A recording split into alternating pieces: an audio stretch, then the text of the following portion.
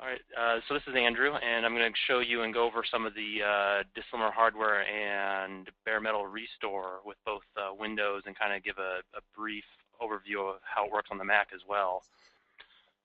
All right, so first I'm going to go ahead and cover how it works on the Mac, since the Mac is pretty straightforward. Unfortunately, we do not have any sort of boot disk for the Mac, as Apple hasn't really provided any sort of boot disk or any way for anyone to boot off of something to do a sort of bare metal recovery, but we have a pretty good strategy in place for that sort of DR scenario with the Macs.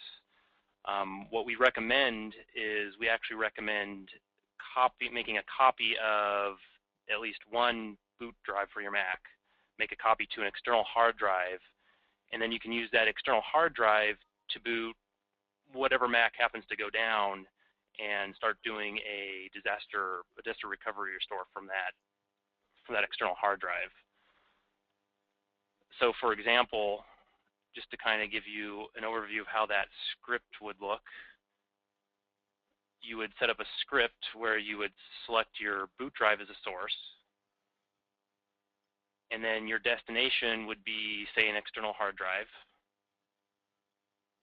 And you would want to set the destination type to override entire volume, so that way it's going to copy over everything and it's going to make that external hard drive bootable.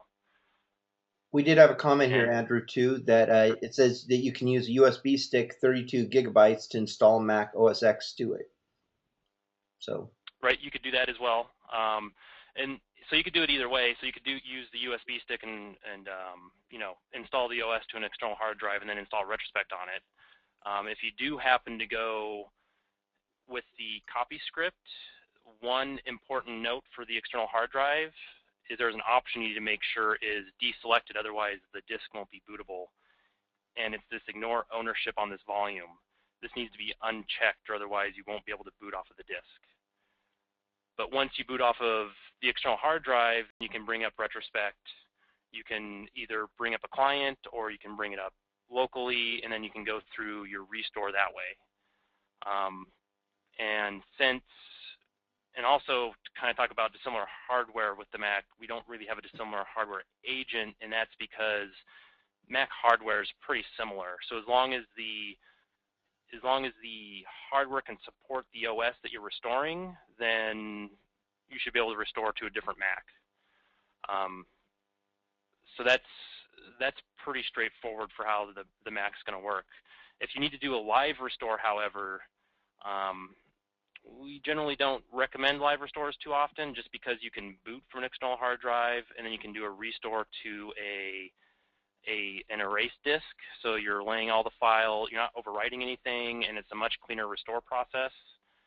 But if you have to do a live restore, you want to make sure that the OS that you're restoring, so that you want to install the same OS that you're restoring. So if you're restoring, say, 10.8.5, you want to install 10.8.5 and then go through the live restore. And again, can you kind of explain what a live restore is there? I mean, just in general. Live restore is you're just installing an OS. So if your system goes down, you replace your hard drive. A live restore is where you install the OS first before going through the restore. So you would install the OS onto your new hard drive, install either Retrospect or the client, and then you would restore on top of the running operating system. Thank you. So that's what we consider a live restore.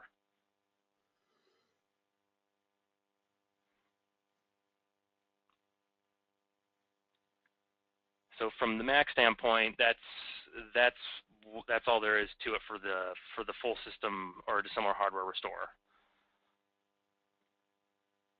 Now for Windows, we actually have an actual different process. So for Windows, we're actually leveraging WinPE, which is provided by Microsoft, which allows us to have this sort of pre-boot environment where we can either run Retrospect or the Retrospect client and do a bare metal restore or even a dissimilar hardware restore. So for just for the bare metal restore, there's no license required. That comes with all editions of Retrospect, and it's accessed under Backup Disaster Recovery. So when you first click on this Disaster Recovery menu, I already have, it requires the Windows Automated Installer Kit, and if you don't have it installed, we'll actually have a link here where you can click on it and it will download the Windows Automated Installation Kit for you. And then after installing it, you can go through this Prepare for Disaster Recovery wizard. So going through the wizard's really straightforward. All you do is click Next. It's going to ask you where do you want to save this ISO file we're going to create. And then you click on Next, and it creates it for you. So we go through and we create this for you. And after it's done getting created, you can burn this ISO file to a CD, and then this is what you would boot off of when you would have to go through a disaster recovery restore. Now, since we do have a dissimilar hardware add-on, I'll go ahead and show that. Now, with that DR, with the DR agent, Andrew, is that good for both the client and the host machine? Yes. Okay. Yeah. So this will you only need to create this one file, so you don't need to recreate this at any time. You just need one disk, and it will have both the Retrospect application and the client on it. I guess the only time that you may need to recreate this is if you did not have Dissimilar hardware licensed, and then you bought Dissimilar hardware, you would need to recreate this ISO file as, without the license, you don't get the Dissimilar hardware restore option when you boot off of the disk. Excellent, thanks. Mm-hmm. So to go back to the Dissimilar hardware restore add-on, you'll see that we have an actual entry for it here. So if you do not have this entry for Dissimilar hardware restore, when you're creating this ISO file, there will not be an option to perform a Dissimilar hardware restore. But after you license it and then you create this, and you go to create the ISO file, it will include it automatically. So you don't need to do anything else other than just license it.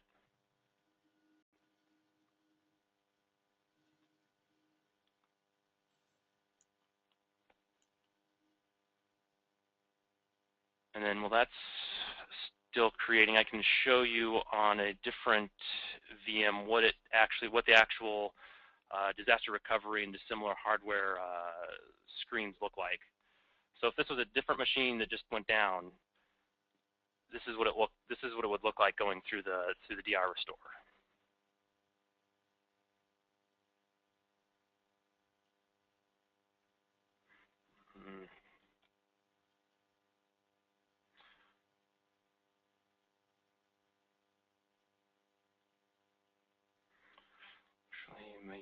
Yeah, okay.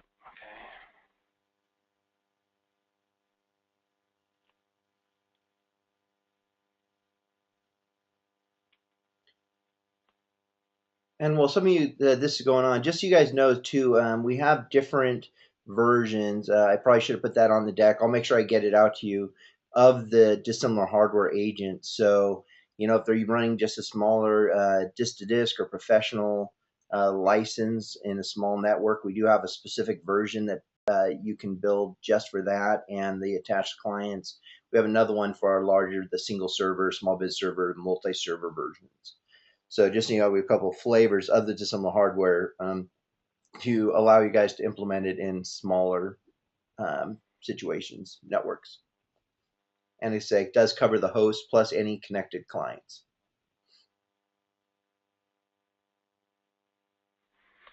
So then here it's booted off that disk. So have to accept the terms and then the end user license agreement. And then here we come up to a menu that gives you several options for going through the DR restore. So the first option is to set up my hard drive before restoring. So if you have a new disk, you'll need to go through this, and you need to recreate your partition, or if you want to format and delete your partition ahead of time, you can do that as well. So I've already have a partition here. It's unlabeled, and it will have to be set as active for the restore to work properly. So once your partition is set up, we also do have this load drivers for network or storage adapters. So if you have a hard drive controller that requires drivers before Windows can even see the disk, this is what you would use to load those drivers. So you could put those drivers on, say, a USB drive or USB stick, and then when you click on this, you just need to browse to the INF file, and it will bring up a window. You could browse to it, and then just choose the INF file for the driver that you're trying to load. To kind of further expand on that, so since the version of WinPE that we're using is WinPE 3.0, so it's based off of Windows 7, and this is a 32-bit version. So anytime you're loading drivers in this environment, you need to load a Windows 7 32-bit driver for this to work. So if you have a storage controller that requires a driver, you need to find the Windows 7 32-bit version. If for some reason the storage controller does not have a 32-bit driver but a 64-bit driver only, we do have instructions on our knowledge base on how to create a 64-bit DR disk. You actually would have to use when you install the Windows Automated Installer Kit, there is a command line prompt where you can go through and create your own ISO file.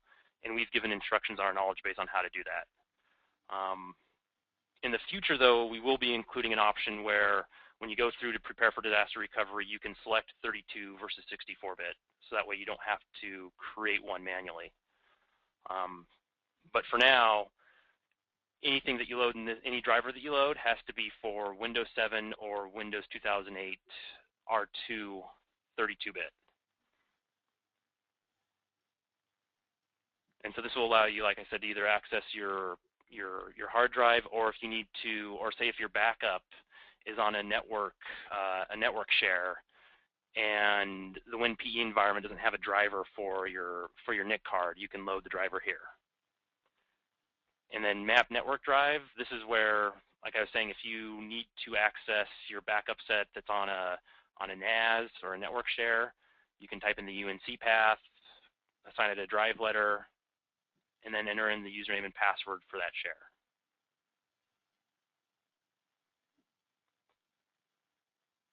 And then here is where we actually get to where we can actually launch the product. So restore locally, this is if you had your backup set directly attached, you could click on restore locally. This will launch the Retrospect application, and from here, this is where you can go through the full system restore.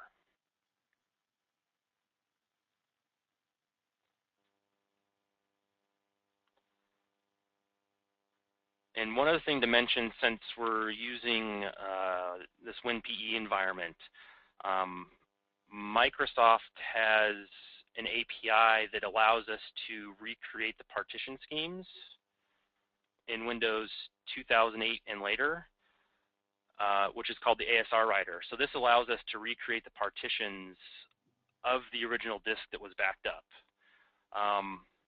One thing that's important to know about this, though, is if say your hard drive fails and you replace it, you need to restore to a drive that is the same size or larger than the original disk. If it's smaller, then the ASR writer is not going to be able to recreate the partitions, even if the partition is smaller than the actual drive itself, the drive size itself.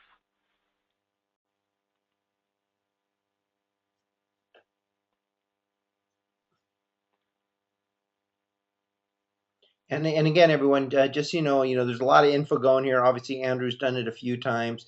If you have any additional questions, feel free to ask as we go along. Make a note of it. Feel free to email it over and say, hey, Warner, can you, send me the link on the knowledge base on how to take care of that. Whatever you guys need, just make sure you note it, put it down, let me know now, and I'll make sure that it gets to you. And so here, what I'm showing here is if I had like an external hard drive with my backups, I was able to connect it. So here you would, when you go to restore, it doesn't see it doesn't see your catalogs or any of your backups. This is where you would, go to open your catalog file for your backup sets, so that way you could go through the restore. So after I open it, then here you would choose the C drive.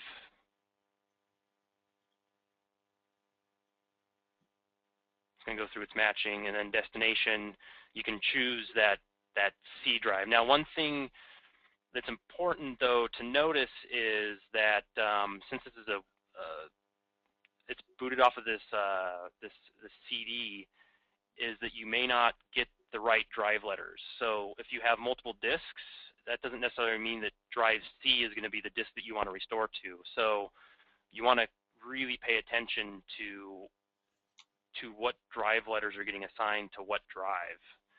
Since I only had one disk in this VM, it got assigned C, so it's not a big deal. But what may be a good idea is if what your backups are stored on is directly connected to the machine, if you can disconnect it first, and then set up your drive for restore, and once you're ready to go through the restore process, then connect your backups to it. So that way you're not accidentally erasing your backup drive or formatting your backup drive.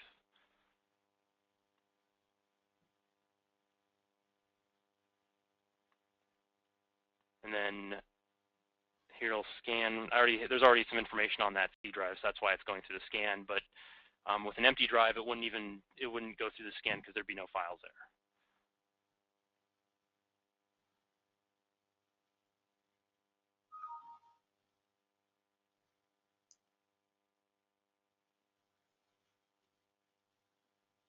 So the scan's just basically going through and looking what's on that drive now. Yeah, during a restore, we'll scan the drive that we're restoring to, and we'll actually do some matching. So if there's some files on the drive that exist in the backup, we won't restore that file again. So that way it will decrease the actual time it takes for the restore. Okay, cool. But yeah, in typical. I'm sorry. I was just gonna say, yeah, just in typical DR scenarios, though, there's usually not going to be anything, because if you're replacing your disk or you're going to a completely new machine, chances are it's empty, and there's not going to be any files on the disk you're restoring to. And what operating systems does Dissimilar hardware work with? So currently, Dissimilar hardware restore works with XP 2003 and later. So that includes 2008, 2008 R2, Vista, Windows 7, Windows 8, and Server 2012. Currently, it does not support 2012 R2 or 8.1, but we are going to be including support for that in a future update, though. So we're already working on that. Okay. And so here it gives you, how much it's going to restore. Since it's actually, there's files there, it's telling you how many files are going to be overwritten and how much free space is on the destination. I just had a question. Does it? Oh, sorry. I had a question that does it to support Mac, and it would not, correct? No, with Mac, like I was saying earlier, with Mac, the hardware is, Apple doesn't really deviate from their hardware profile too much. So as long as the hardware supports the OS that you're restoring, you can restore to different hardware. So if you have say 2 MacBook Pros and they both support 10.7, if you can take the backup of one MacBook Pro and restore it to the other one, and it should start up just fine. So let's see. And then in the follow-up of what do you recommend for DR for a Mac then? It's best procedure. I think you might have just answered that. So basically, create a full bootable copy, or do just from a backup. What's the best DR solution for a Mac then, in your opinion?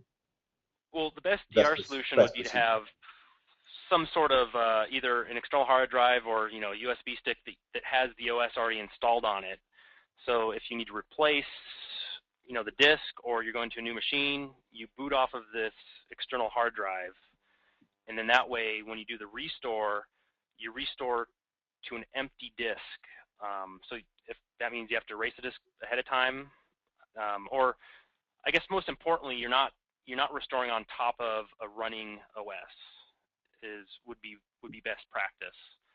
So whether that's restoring to an empty drive, or it happens to be your boot disk, but you're not booted off of that disk,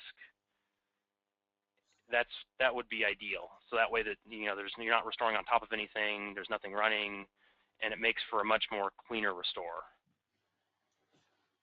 And then another question. So often we had problems we do not overwrite all the files. Can you please tell us a little bit more about the differences again? About differences between overwriting the entire disk, or Let's see. Can we get a little additional information on that? Let's see. Oh, it says so we often have problems when we do not overwrite all the files. So right, which is why we recommend in most cases to restore to an empty blank disk, because you're not for one, Retrospect's not matching, and if for some reason, if for example, if the OS that was on the disk was say 10.7, but you're restoring a 10.8 backup, if for some reason some files happen to match, there's probably going to be problems because the file that's not getting overwritten was really intended for 10.7 and not 10.8. So by restoring to an empty disk, we're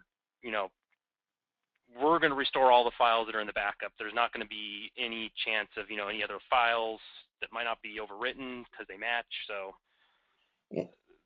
and if you're restoring a Mac, but you don't have an external HD with functioning operating system, what's the best way to proceed?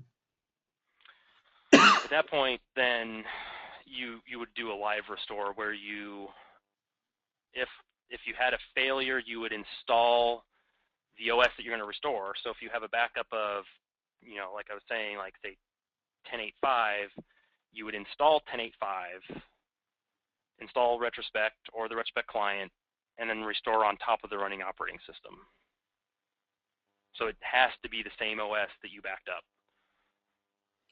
No, I know, Andrew, I did once where I needed a larger drive for my Mac, so I created a full bootable copy to a new drive. Mm-hmm. I mean, is that recommended from a disaster recovery? Like if you created a full bootable copy and onto an external one, put it in an external casing and then put it off to the side so you can, swap out the drives if needed at a later point. I mean, is that a viable solution? Yep, that works. And again, and if you have multiple drives in your Mac or multiple partitions, and you don't have an external drive, you can install the OS to one partition and then restore to the other. And, that would be preferable than doing a live restore as well. Okay.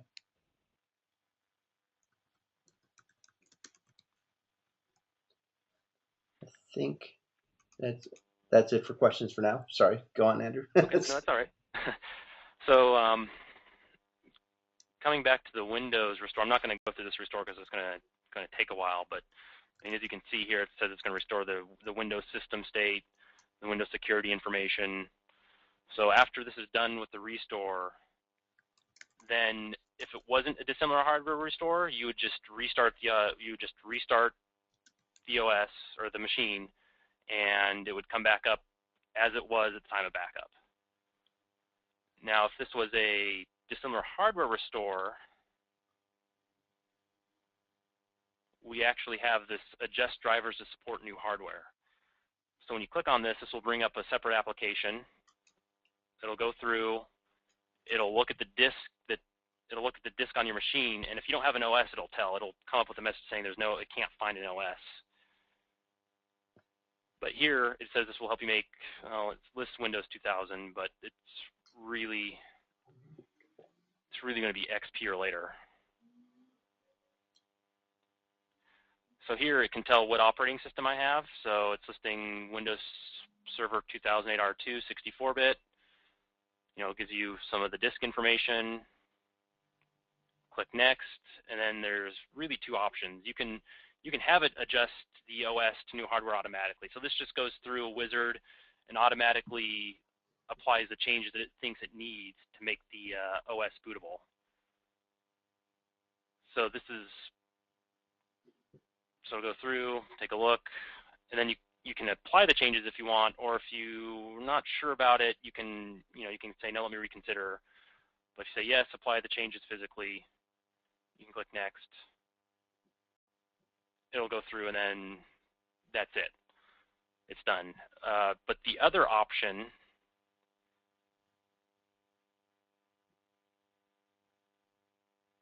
once we get to it, the other option will allow you to specifically point to drivers that you know Windows doesn't have for your hardware. Like if you have a disk controller that you know Windows doesn't have a driver for, you can point to that disk controller driver.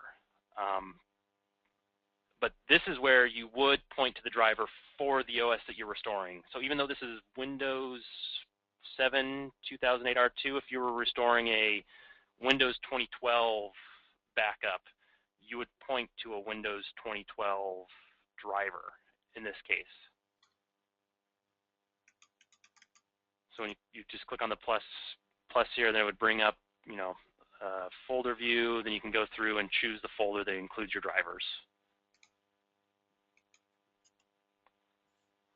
And then this inject all necessary drivers. So that's going to inject all of the drivers that it finds in that repository. You may not necessarily need to do this. One should be enough if you're just doing your disk controller, or say like a NIC card or video card drivers. And if for some reason there's multiple versions, you can tell just to keep the latest. And then clicking on next, it'll go through and pretty much do the same thing as the automatic, except it will include those drivers. So here, for example, it could tell that I have this NIC card, but this was part of the Windows installation already, so this will include it.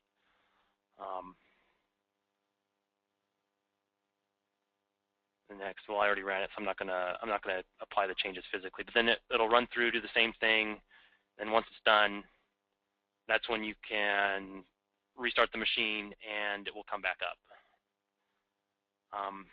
One thing I didn't cover was the restore as a client. So restore as a client is really straightforward. If it's a client machine, you just click on restore client. It gives you the IP address, and then you can go to a different machine and you can add that client.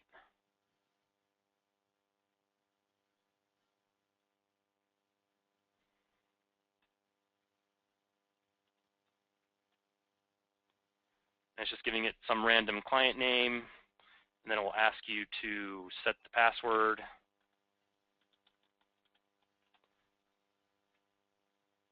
And then after it gets added, then you can go through a full restore and push it to that client. And then the Dissimilar hardware would work the same way. After the restore is done, you bring up the Dissimilar hardware restore wizard, go through that process, and once done, reboot the machine.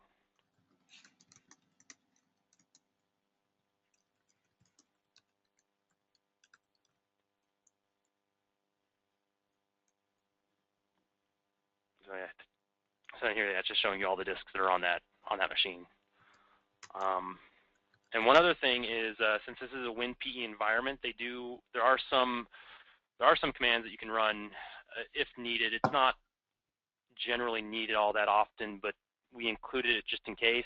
Like for one example, say you're not running a DHCP server for some reason, because the DR disk will try and connect to a DHCP server to get your IP address for the client.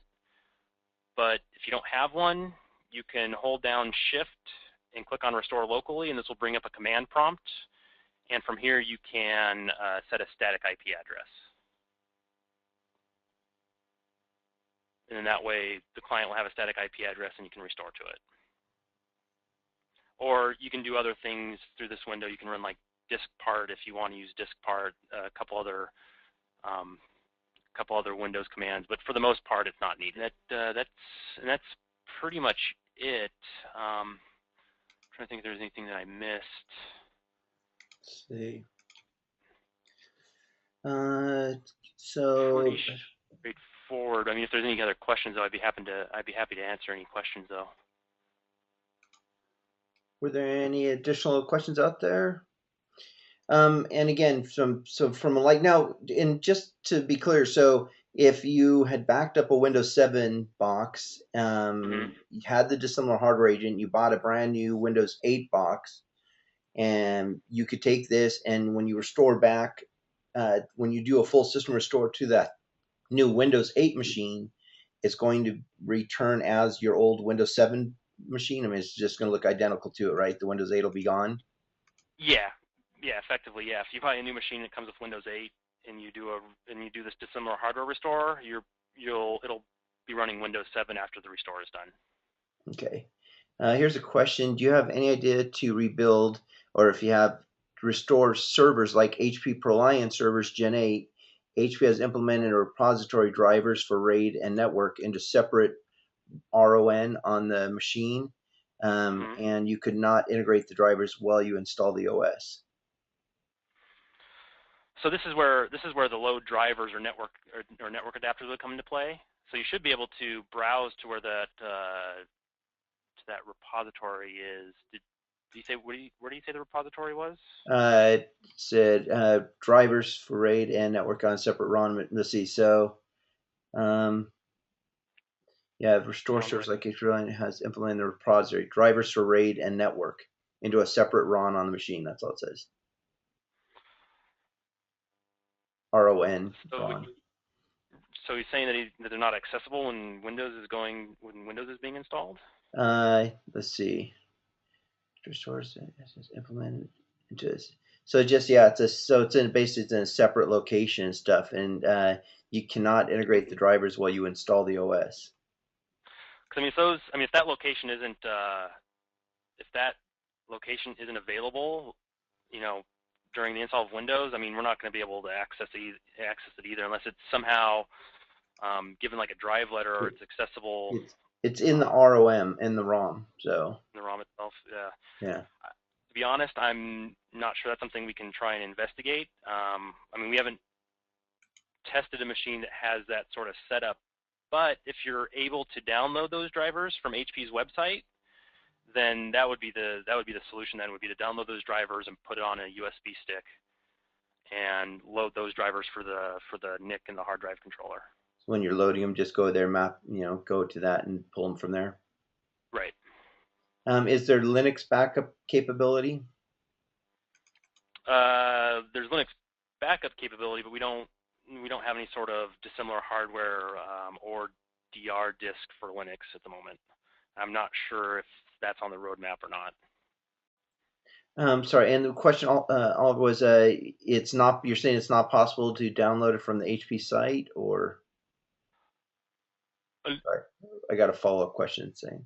Oh, sure. What was the follow up question? Basically, it said it's not accessible. It's not possible. I'm not sure if it's not possible to download it from the HP site or So is it that the drivers are not available from HP to download, that. or That's what it's just possibly not? looking. You might have been responding to something else, but yeah, it may be not accessible. Okay, so he's saying maybe we could talk later about this. So yeah, and so yeah, what we'll do is I'll make sure you guys connect up. I'll get your information, and so that way you guys can go through this with more specifics and stuff to make sure whatever the issues are that we work on resolving it here, or maybe Yeah, there's I mean, already a resolution. if it's something like that where if for some reason the drivers aren't available to download, I mean that's something we'd have to investigate and look into to see if that's something that we would work with. So, so the best way to restore a Linux box then would be the same procedure as described for the Mac, or what would be the correct? What would be the best disaster recovery procedures for Linux boxes? I guess is really the question then. It would be a live restore because I don't think that you'd be able to restore to an empty drive. We haven't. I don't think we've tested that with the Linux DR yet. Typically, right now, what we recommend would be the live restore. So you would install the same version of Linux that you had backed up, and then restore on top of the running operating system. Okay. And I know that there are more Linux enhancements, just so you know, coming down the road. Let's see. No additional questions yet. We'll give everybody another chance to ask a few. So we went over Dissimilar hardware. The licensing is again. I'll make sure that you guys have the actual licensing information with Dissimilar hardware. As he mentioned, the DR agent itself is built into our base Windows version to be able to create that disaster recovery CD. The Dissimilar hardware agent is just an add-on agent that allows you to create that additional level that gives you that Dissimilar hardware restore ability. Let's see. We got one additional question, a little off top, but that's okay. And again, if you guys got any other questions about disaster recovery, just general, I mean, Andrew's the guy, so make sure you just fire him off here. You got him on the line, and so definitely, even if it's a little off topic, we'll make sure you get this answered real quick. So when adding a non-local server on the Mac console, the host name is resolved to an IP address before having being saved to the preferences. This prevents resolving the name to a different IP address, one on a different external, e.g., external network from one first connecting to the server. Is there a solution to monitor and control the multiple non-retrospect installations on different networks from Mac console? So that's funny. I believe this person opened a ticket, and I saw that ticket this morning, and I'm asking one of our engineers about that, about what's the expected behavior for the console. So I haven't heard back from him yet. But once I do, I will respond to that ticket, or we can get his contact information and respond to him directly. Either way, but I am confirming with an engineer what's supposed to be the intended behavior for that, and if that is the behavior, is it something that can be changed? Sounds good. So again, I'll make sure that the correct questions get over him. If you weren't the one that actually sent in the ticket, although probably, but again, if you weren't, I'll make sure that gets over to him. Oh, they did actually send in the ticket. Okay. Ticket. So you have the right person. Yeah. And see for any DR prep on. Okay, sorry, I'm reading it to myself. That probably doesn't help. Okay. For any DR prep on an OS other than Windows, what is the recommended best protocols so that it is efficient to do a live restore? So for DR prep on something other than Windows, what's the recommended best protocol? So I know you say on Mac the best thing to do is on a clean drive, and for a live restore like Linux or whatever else, what's the best protocol? You just basically get the machine up with a blank OS, or what's the best strategy? So you want the same OS, like the same patch, if there's a specific patch level that it was at. So like if it was I guess for Linux, if you're running a specific edition of Linux, I guess we could just say like Red Hat 6, for example. You want to install the same version of Red Hat 6 that you had at the time of backup. Same with the Mac. If you're running a specific patch of 10.8, you want that same patch installed before you do a live restore. So does that answer the question? It looks like it. Let's see. Great, and a yes. So those sound like two positive ones. Any other questions? Let's see. Oh, here's one question. Do you need open file backup Do you need an open file backup to make the image of the running machine? We recommend using open file backup, especially if you're having any sort of databases running. I mean, yeah, we recommend it. I mean, it's not mandatory because we can back up the system state of the machine through Microsoft provided API calls. So, but in general, it's a good idea to have. And I mean, that would be more general just in regards to doing the entire backup, Andrew, as opposed not just necessarily creating that DR image. I mean, that doesn't matter as much. It's more of a just as when we're doing the initial full backup of the system, correct? Yeah. That's where the open file would come in, not the creating of the image itself. No.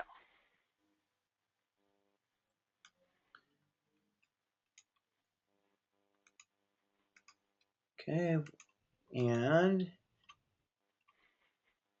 you're welcome. You're welcome. Those are for you. I'm saying you're welcome for you, Andrew, just so you know. Yeah, thanks. Yes, and Andrew, thank you so much for doing this. I said, really, again, we're really just trying to do whatever we can to make sure that, again, we're getting you guys the right information needed to help you guys implement the correct solutions for your clients. So again, I will expect an email from me. I'll get it out to you as soon as possible today here. Um, if so, you got anything else you need from there, we'll move from that way forward. As I said, I always have access to Andrew. You guys do too, as needed. Yeah, thank you guys for all attending, and I look forward to working with you guys moving forward.